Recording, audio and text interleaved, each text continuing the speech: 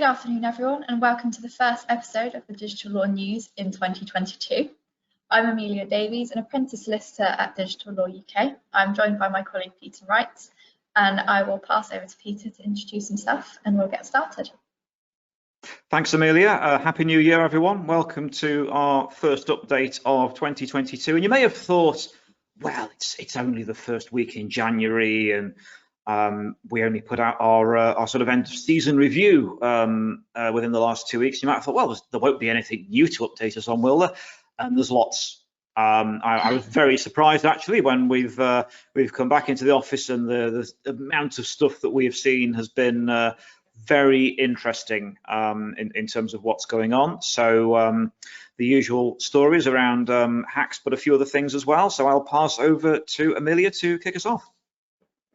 Thanks, Peter. So our first story today is concerning the Log4J vulnerability.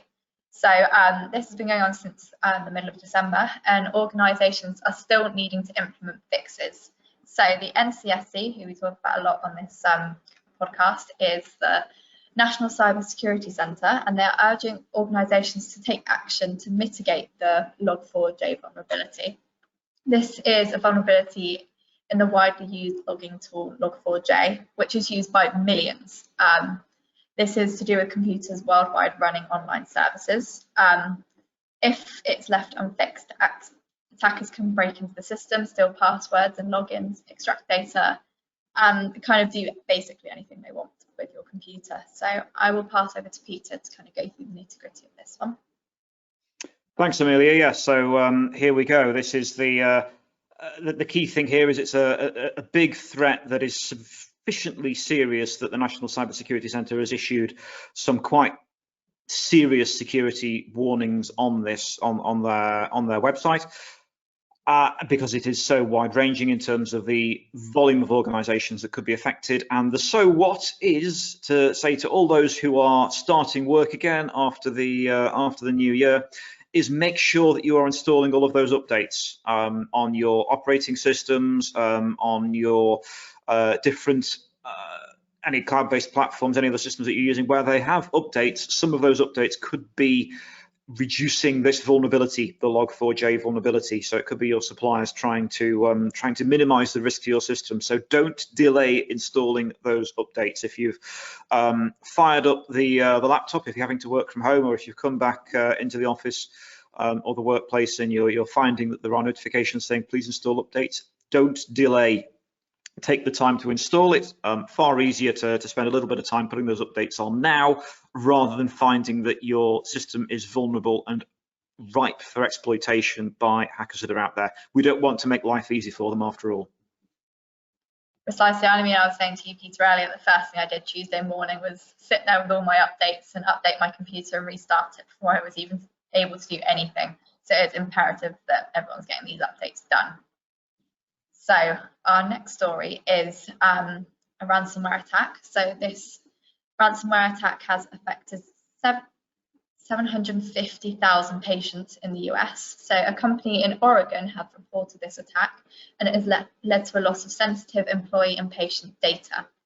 So the criminal group have been identified by the FBI, and they are known for conducting aggressive double extortion ransomware attacks once they have gained access to the network. So I'll pass over to Peter to kind of give you a loose definition of double extortion.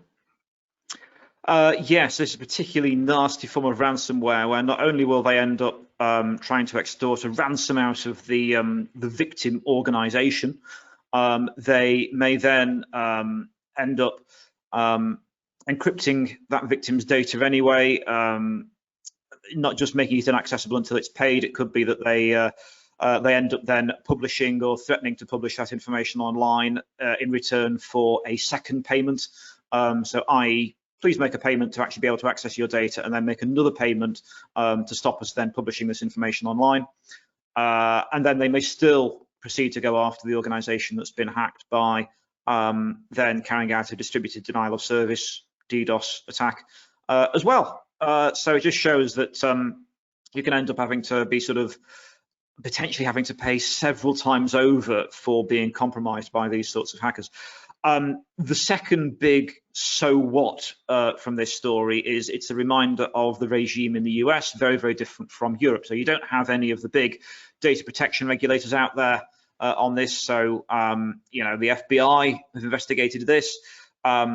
This organization that has been hacked has made a public report on this, probably because of the sheer volume of the affected data subjects and the fact the FBI is investigating. But in the US, you are not under an obligation to publicly confirm that you've been hacked.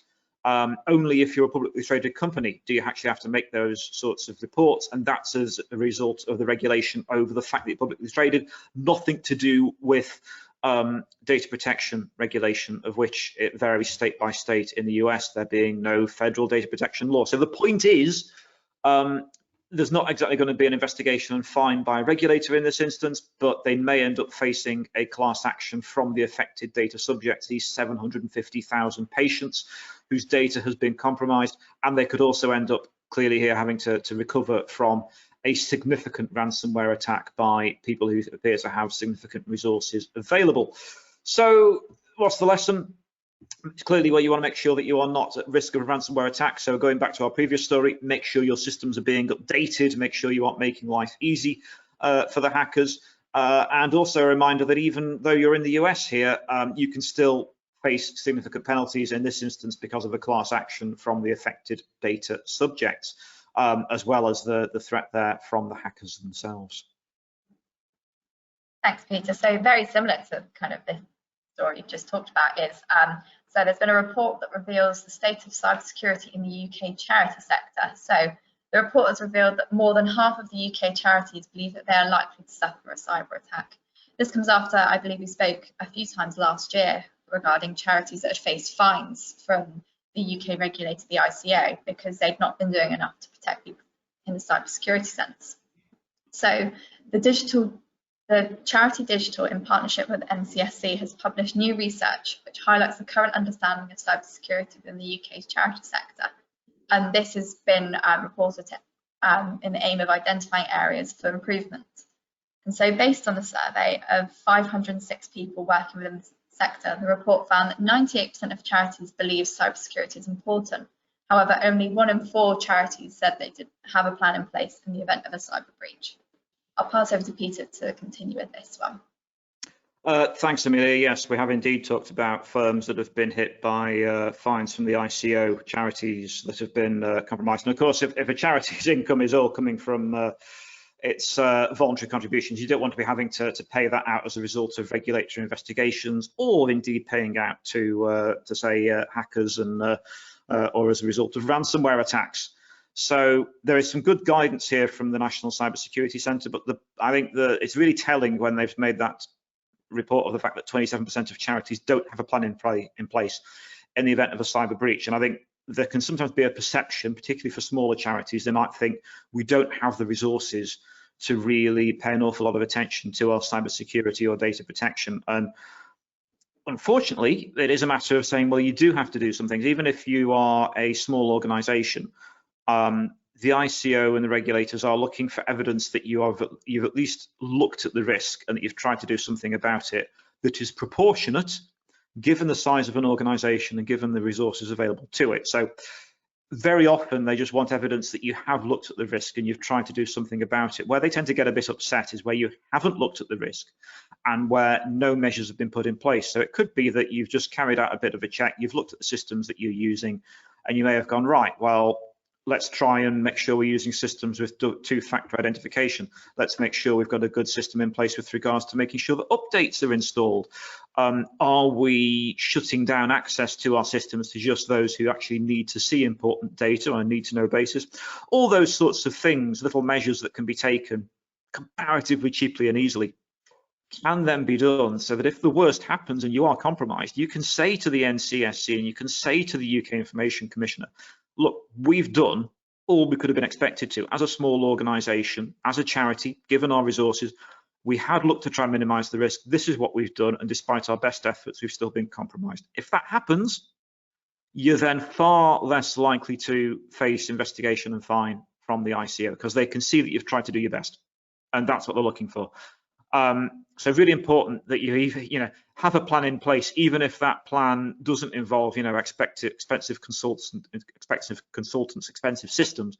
Just showing that you've thought about it and you're trying to minimize the risk, and that you've also, don't forget, most of the personal data that a charity owns is going to be money with regards to money that it receives from its donors. So you want to be able to tell your donors, we're looking after your data as much as we can. You'd want them to carry on, hopefully, making donations in the future, not thinking, oh, they've been fined, they weren't looking after their data properly, I'm not going to carry on making any donations. So I think it's a really important thing for charities to consider, and to just have some mechanisms in place, show that you demonstrate to the regulators that you're doing all that you can, demonstrate you're doing your best. Moving on to our next story for today. So this is to do with banking and fraud.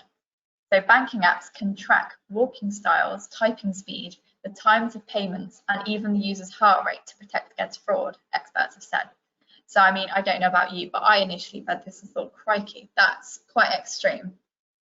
So continuing throughout the story, UK Finance, the Banking Trade Association, has told that to use apps to determine whether a customer's phone might have been stolen or being used fraudulently.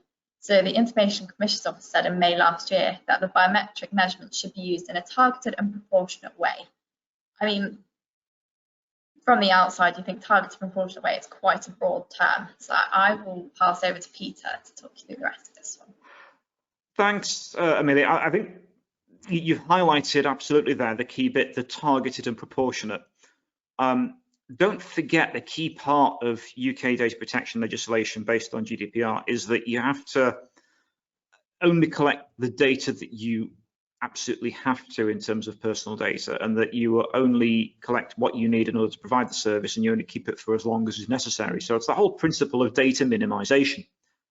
And if you're collecting vast amounts of biometrics about users, that could be a significant breach of that. If for all of a bank's customers, you're then also collecting information with regards to how they use their devices, when they log in, where they log in from, what other apps they might be using, what provider they're using, all this sort of information, what mobile cell tower they're using if they're accessing through their data, what IP address are they using if they're accessing through a Wi-Fi network.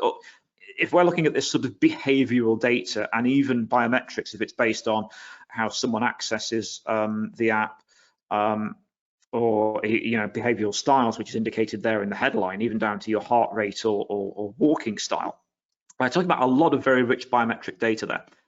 And there's an interesting bit at the end of the article. It says, NatWest have said, the technology that uses this information to confirm who is making the purchase and does not access or share any private data held on a device, which initially sounds reassuring until you think, what is private data? That's not a term used in either UK Data Protection Act or GDPR. They refer to personal data. So are they saying here, we wouldn't actually have any of this biometric data linked to personal data? We'd have the biometric data, but you wouldn't be able to identify the individual based on that data. So, you could have information about someone's device use, but that wouldn't necessarily confirm who an individual is. But it says this individual is Mr. Smith of 32 Acacia Avenue, whose login details are that would be linking the biometric information to the personal data, which is where you would have a problem. And that, in theory, that statement of reassurance doesn't really confirm whether they're doing that or not. And it also doesn't confirm whether they are therefore applying data minimization on. Now, this is all very laudable, and the point here is it proportionate to take all this data in order to then say, well, we're doing this so that we can provide you with secure access to your banking information and your financial services, so that your risks of being hacked are less. And that's an incredibly difficult line to walk. It's a tightrope, because in effect they're saying we have to collect more data on you in order to keep your information safe. Okay, we'll take your word for that. So that's going to be a really difficult exercise for them to justify. Are they able to then confirm the threat is so great and the reduction of that threat can be measurably demonstrated in gathering this biometric data and using it for this purpose, that they're able to say to any regulator, we are indeed taking here what is proportionate measure, because this has greatly improved the safety and security of our app. And that will be the difficult thing that they'll have to try and demonstrate to regulators when it comes to harvesting and using this data for this purpose, bearing in mind a lot of the moves taken by data protection regulators in the UK and Europe, who have been very uneasy with regards to the wider broader collection of biometric data, be it by private organisations or by security services when it comes to CCTV and public transport, etc. They've been very concerned about certain measures where this wider biometric data has been acquired by companies and governments, because they're saying that this is a potentially significant infringement on liberty, where people are being tracked and profiled without knowing it. In this instance, of course, as a customer, you would know that you were being tracked and this data was being stored, but it's still a use of this biometric data that I think regulators will want to consider very carefully, and, as I say, work out how that fits in with the principles around data minimization. Thank you, Peter. And I think that it would be really interesting, like I say, to see how regulators handle this, because from, as a person that does regularly bank, I would find it a bit almost invasive to have all of this data stored on me. So I wonder whether people would be able to be given the option to opt out of this scheme, and we'll have to see where this goes. It'll be interesting to see whether we'll revisit this later in the year. Indeed. So moving on to our next story for today. So we've got another cyber attack. So a cyber attack of the UK's Defence Academy, possibly by Russia or China, which has caused significant damage, as reported by a retired high-ranking officer. So Air Marshal Edward Stringer, who left the Armed Forces in August 2021, discovered in March 2021 that he discovered an attack that has meant that the Defence Academy have been forced to rebuild its network. So I will pass on to Peter to kind of talk you through this. Thanks, Amelia. I think there's two big takeaways to take from this story. One is that you might be thinking, well, this is the Ministry of Defence, why does it affect me? The Ministry of Defence Defence Academy does a lot of work with not just UK armed forces, but those overseas to sort of provide everything from tuition for languages to make sure that everyone has an understanding of the various languages in NATO, or in terms of how comms will be carried out in the event of an attack. And therefore, we're looking at 28,000 personnel, diplomats and civil servants, not just from the UK, but also overseas. And don't forget, this would also be current and former personnel potentially as well.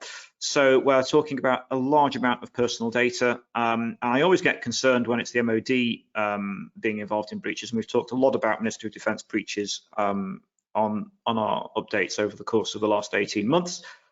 And it's really worrying when it's a sort of a piece of infrastructure here that's been compromised. And like they say, they're still, it looks like the weakness here has yet to be fully rectified. Apparently there's been swift action to try and remedy it, but still a concern when these systems are compromised, and in particular a concern when they're compromised by potentially foreign powers. This is an example of the fact that foreign powers are also always looking at not just government infrastructure like this, but also critical national infrastructure. So they'll always be looking at different arms of governments, even those involved in things like maintaining the highways or the drinking water or the electricity or the energy supply. And they'll also be looking at, in certain instances, you could have private companies that are running those utilities, certainly in the UK and in many other countries.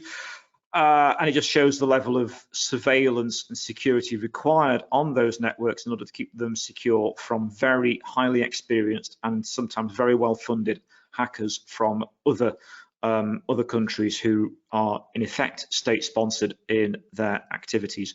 So it is a threat that affects far more of certainly the UK economy than you might at first think. And you think, well, if the MOD and all of their security measures can be compromised in this way, that means an awful lot of other parts of critical national infrastructure can also be affected by attacks like these. So we always need to be increasing our level of cybersecurity surveillance and defence to make sure we remain properly protected from these state-sponsored actors who are out there always looking for vulnerabilities.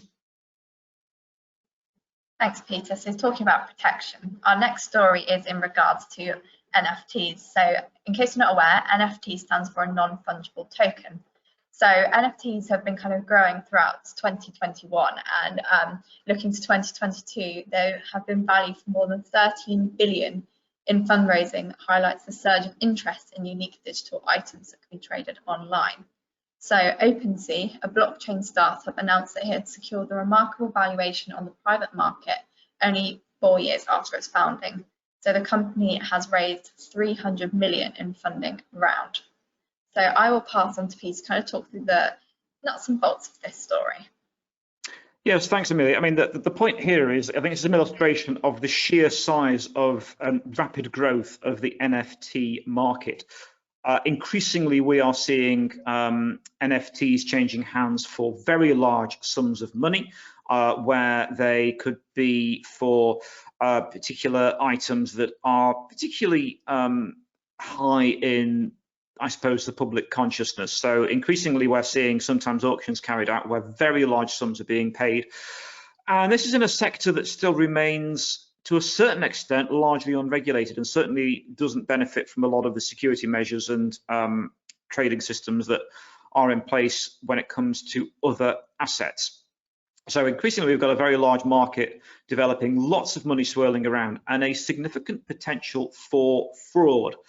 And I think the key thing to think about here is, and I think for those that are looking at due diligence, I mean, clearly here there's the company OpenSea has raised 300 million in funding, and OpenSea is involved in apparently running a platform of more than 18 million individual NFTs and has over 600,000 individual users. So they've raised 300 million, lucky for them. But the fact that the whole NFT market is valued at more than $13 billion, that means therefore you've got, that's not just organizations like OpenSea, it's other organizations like them, it is other transactions that are taking place, other big players, other big investors. And certainly it's going to be a matter of, when you're investing in this area, carrying out a level of due diligence that is significantly greater than you may have otherwise envisaged if it came to a more traditional transaction, be it, say, an investment in stocks, shares, equities, and other financial assets. So it remains really important that, I think, in the same way that if anyone's engaging in speculation when it comes to cryptocurrency, I think you'd be wanting to be incredibly careful before investing anything in that, and in the same way, incredibly careful carrying out a very large level of due diligence before engaging any of your hard-earned money into the NFT market. That's not to say in the slightest don't do it. It is merely saying be incredibly careful, checking the validity and the background of any organization that you're either investing in or any product that you are purporting to buy when it comes to NFTs, just to be sure that what you are buying is indeed the genuine article and that you are not potentially falling victim to a unscrupulous vendor who is out there. Don't forget, of course, the OneCoin scam, the big cryptocurrency OneCoin that ended up being subject to a massive FBI investigation. Its founder ended up disappearing and is now missing, and her brother is then arrested and incarcerated by the FBI pending investigation and trial. And the whole thing appears to have been a massive pyramid scheme that didn't stop hundreds of thousands of individual investors parting with their hard-earned genuine currency to purchase what they thought was a cryptocurrency in the form of OneCoin. So I just raised this as an example of being very careful and carrying out lots of due diligence before anyone out there parts with their own hard-earned currency when it comes to the growing, exciting NFT marketplace. So our final story for today, this is to do with Microsoft. As digital calendars around the world changed to the 1st of January 2022, Microsoft customers found that Exchange service stopped processing emails. So I mean, this isn't a good thing for Microsoft. The first day of the new year and they're already having problems. System administrators who have been sharing workarounds on social media have dubbed the bug Y2K22 in the style of the Y2K bug, which affected some computers at exactly the same time 22 years ago. Ironic that in fact they had not learned their lesson 22 years ago. So I'll pass over to Peter to talk around this one. Thanks, Amelia. It makes me feel incredibly old when I say that I remember, of course, the Millennium Bug from the year 2000, and we were told for years in advance there was a risk that planes could fall from the sky as their clocks would move over to, or be unable to move over to the 1st of January 2000. And it looks like here Microsoft have unwittingly engineered a similar problem into their systems, whereby they are unable to cope with the moving over of clocks to January 2022. 1st of January 2022. I also wonder if there are problems, for example, when it gets to we've got, of course, this year 22nd of February 2022, which is all the twos. Will you get affected by that at 11:22 or 22:22? Sorry, 10:22, which is 22:22 on the 22nd of February 2022. All the twos. But no, the point here is that yes, Microsoft have sort of painted themselves into a corner here with the problems with regards to clicking over for 1st of January 2022. Lots of updates being installed, and it looks like it's just a reminder really to make sure that you're again installing Microsoft's updates when necessary. There is one particular example given in this article where one managed service provider said that they were warned that one of their company clients now had a queue of 10,000 messages in less than 24 hours from having realized that this was a problem on the 1st of January. So it just shows that if your email client is Microsoft and reliant on Microsoft, you may have a problem which will need to be addressed pretty quickly. Again, unfortunately, it shows that just because you may rely on a big provider like Microsoft, it doesn't mean that their systems are bulletproof and impregnable. Everyone has problems, everyone has issues that can come up. And very often I talk to some organizations, some large organizations, and say, oh, we rely on Microsoft, we're absolutely fine, no problems for us. And you go, really?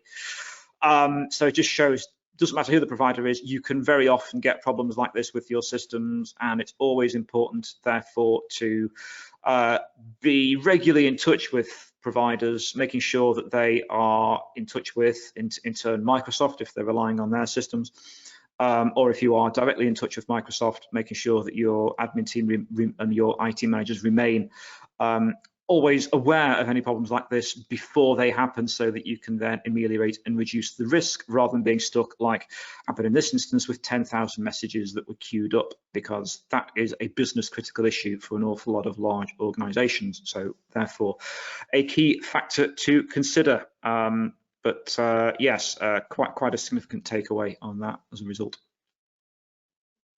Thanks, Peter. So that was our last story for today. A big thank you to Anson Evaluate for helping to produce this webinar, and we'll hopefully be back next week. Just a reminder that these episodes are available on our website, our YouTube channel, podcast channels such as Spotify and Apple Music as well. And that's goodbye for us from today, and we should hopefully see you next week.